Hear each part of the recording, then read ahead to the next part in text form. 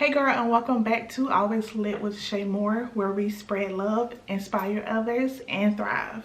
So if this is your first time tuning in, then I want to thank you so much for joining episode 2 of Always Lit with Shay Moore.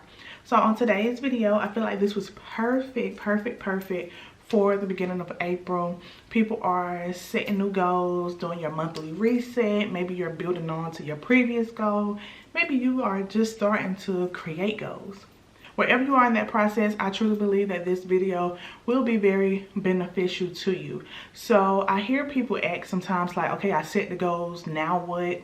How do I actually go after these? Why is it so hard for me to stick to a plan? Why is it so hard for me to achieve them? And if that's you, I think I'm here to help you out today. But seriously, I'm going to be sharing a few tips. I think it's 4 tips that's going to help you stay committed to achieving your goals. Let's get into it. Let's get into it.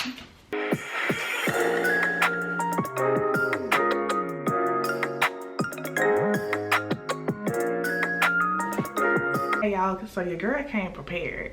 So last video, episode 1 of Always Lit, I was prepared. I wrote my notes and I wrote my notes in my notebook and I was ready to do episode 1. However, when the time came to do episode 1, y'all, I could not find my notebook for some reason. Like, I tore this house up looking for that notebook and I could not find it. And I just took it as a sign for me to just speak from the heart and just go. And that's what I did. And I feel like it turned out really well. So if you have not seen episode 1, head on over there. Head on over there, okay? But I'm prepared this time again and I got my notes in my phone. Okay, so tip number 1 is look into the root of your goal. And when I say this, I mean like, what is the reason that you have created this goal? So one of my goals right now is to become consistent with working out. Why is that my goal? Because I want to be healthy. I want to feel good. I want to walk up my steps without being out of breath. I want to walk up the steps without being out of breath. So that is the root cause of me wanting to become fit, develop this healthy lifestyle. That is the reason. So look at the root cause of why you're setting this goal. Because a lot of times, girl, you will find yourself creating goals based on what other people may want or what other people may did. And it's not that you're consciously trying to be a follower, but however, whether we want to admit it or not, a lot of us are influenced without even trying to be influenced. We're constantly scrolling on social media. We're watching stuff. You're seeing these pictures of these beautiful women online, and you might want to work out because you want a little big old juicy booty, like she got a little big old juicy booty, or whatever the case is. But if your only reason for wanting that is because someone else is wanting it or someone else is doing it, then you're not going to have that internal motivation that you need to push forward to your goal. So again, number 1 is look at the root cause of your goal. See what the root cause is. Make sure that you're doing this because of something that's going to benefit you. Make sure you're doing it because it's going to make you feel better. It's going to make you love yourself more. It's going to make you happy on the inside. And then we move to number 2. Number 2 is your goal realistic? And this is something that I kind of started talking about on my recent live in my Facebook group. So, is your goal realistic? I am a firm believer of, if you can believe it, you can achieve it. If the vision came to you, it was meant for you. I believe that.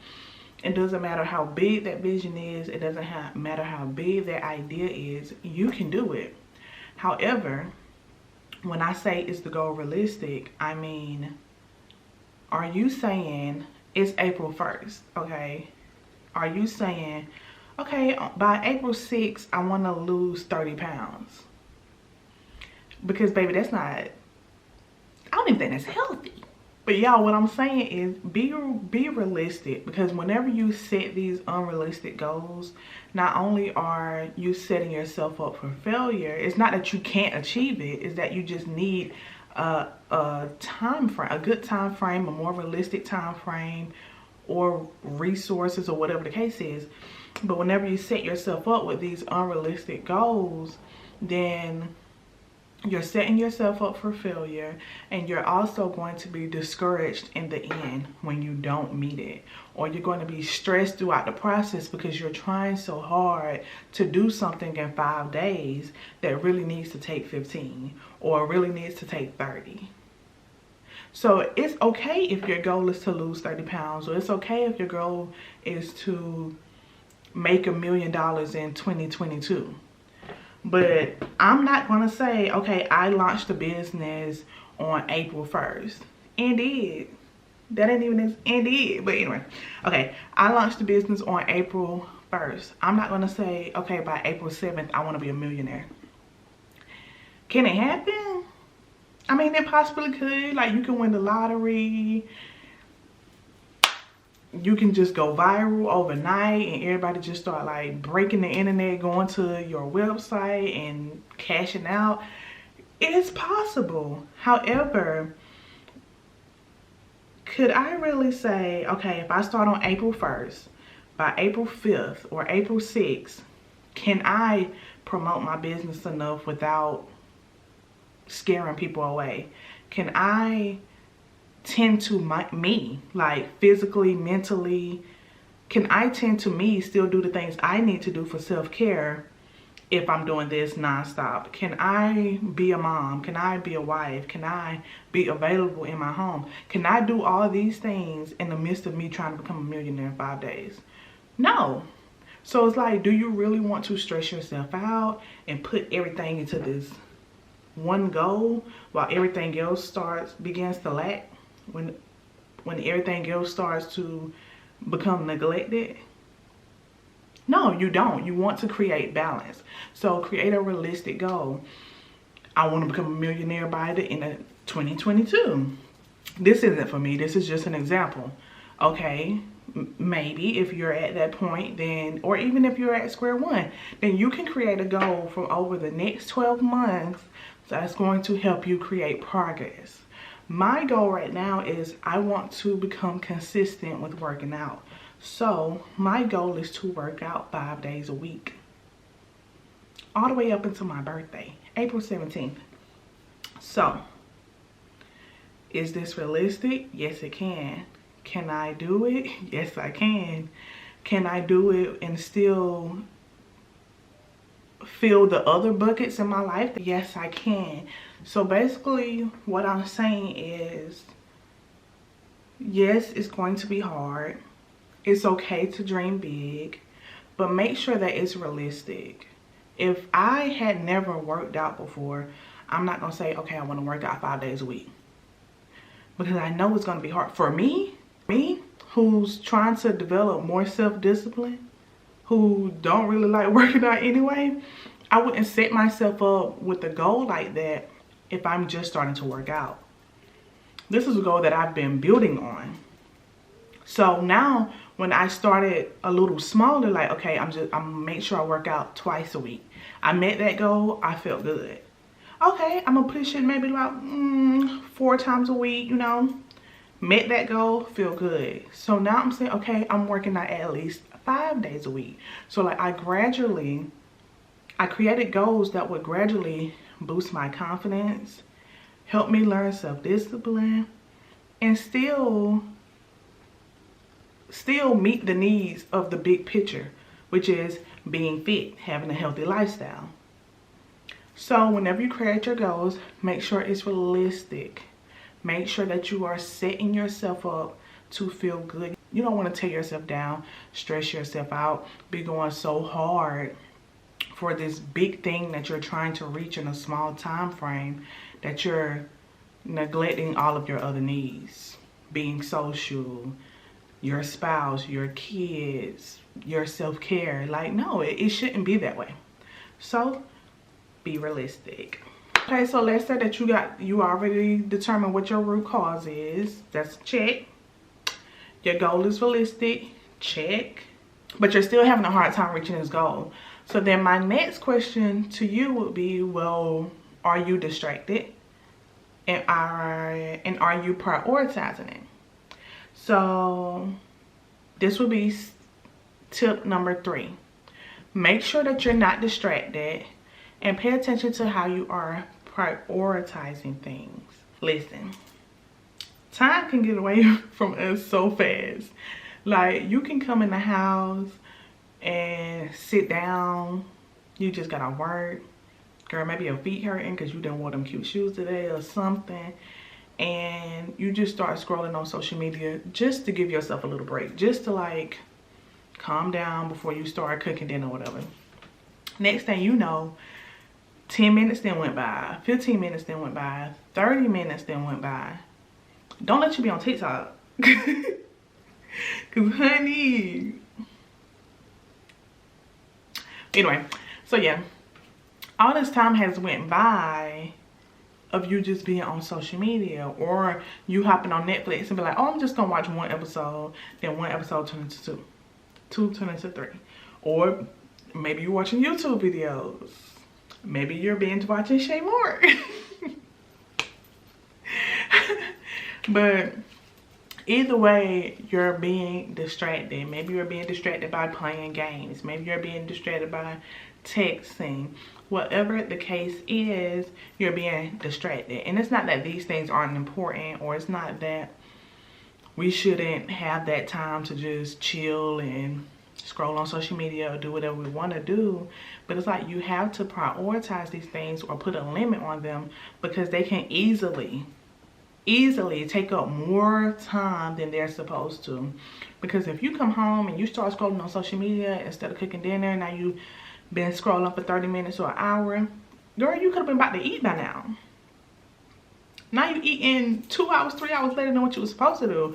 Or girl, them clothes could have been folded and put up by now. Because y'all know how we get about folding and putting up the clothes.